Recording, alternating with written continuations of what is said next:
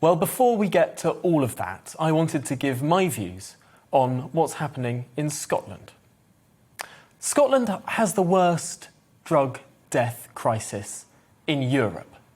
Their drug death crisis has doubled since Nicola Sturgeon became First Minister.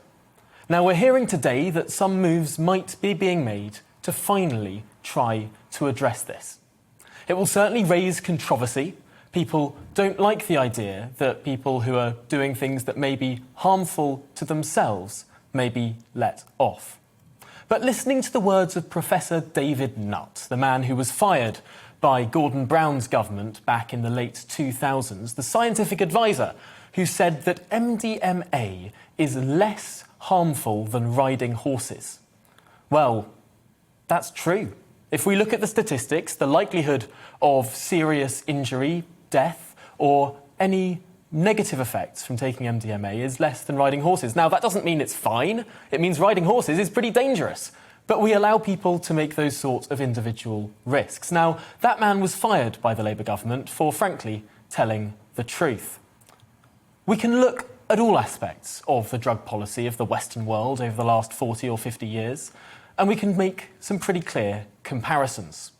One of the countries that used to hold the crown for having some of the worst drug death totals in Europe, well ahead of Scotland, was Portugal. Well, what did Portugal do? Several years ago, it changed its policy. It stopped treating drugs as a criminal issue and started treating them as a health issue. And what does that mean? That doesn't mean that it says it's okay to take drugs. It doesn't mean that there are no punishments, but it means to treat them in the same way that we do traffic offences. It means to send people on a course if they're caught. It means decriminalisation. Extending this model to Scotland could well save many, many lives.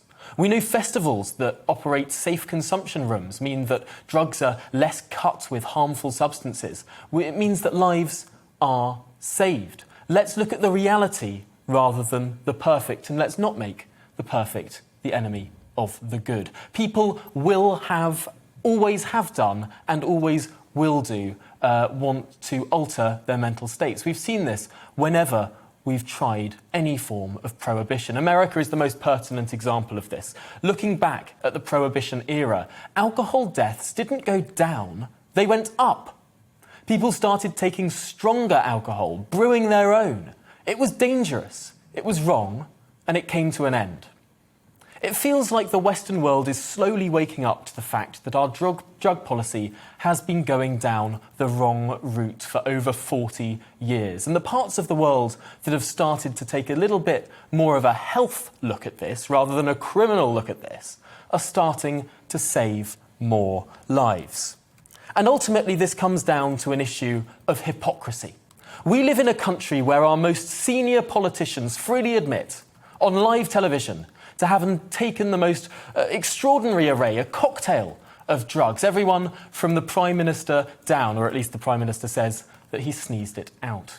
Well, everyone else can see the rank hypocrisy here. The fact that if you come from the wrong kind of background in life, you're likely to face police action if you dabble in drugs, whereas if you end up in the cabinet, you get a free pass. This kind of hypocrisy is not a sustainable situation, and clearly something has to change. Perhaps, just perhaps, we might be seeing the beginning of that in Scotland.